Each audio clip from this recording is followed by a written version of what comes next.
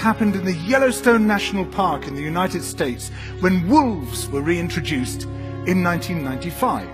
Now, we all know that wolves kill various species of animals, but perhaps we're slightly less aware that they give life to many others. Before the wolves turned up, they'd been absent for 70 years, but the numbers of deer, because there was nothing to hunt them, had built up and built up in the Yellowstone Park, and despite efforts by humans to control them, they'd managed to reduce much of the vegetation there to almost nothing. They'd just grazed it away. But as soon as the wolves arrived, even though they were few in number, they started to have the most remarkable effects. First, of course, they killed some of the deer, but that wasn't the major thing. Much more significantly, they radically changed the behavior of the deer. The deer started avoiding certain parts of the park, the places where they could be trapped most easily, particularly the valleys and the gorges. And immediately those places started to regenerate. In some areas, the height of the trees quintupled in just 6 years. Bare valley sides quickly became forests of aspen and willow and cottonwood. And as soon as that happened, the birds started moving in. The number of songbirds and migratory birds started to increase greatly. The number of beavers started to increase because beavers like to eat the trees. And beavers, like wolves, are ecosystem engineers. They create niches for other species.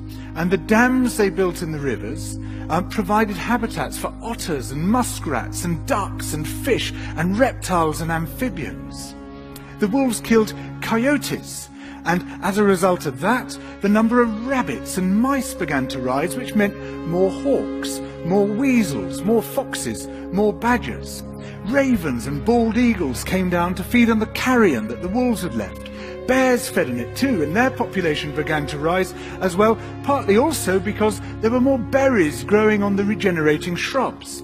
And the bears reinforced the impact of the wolves by killing some of the calves of the deer. But here's where it gets really interesting.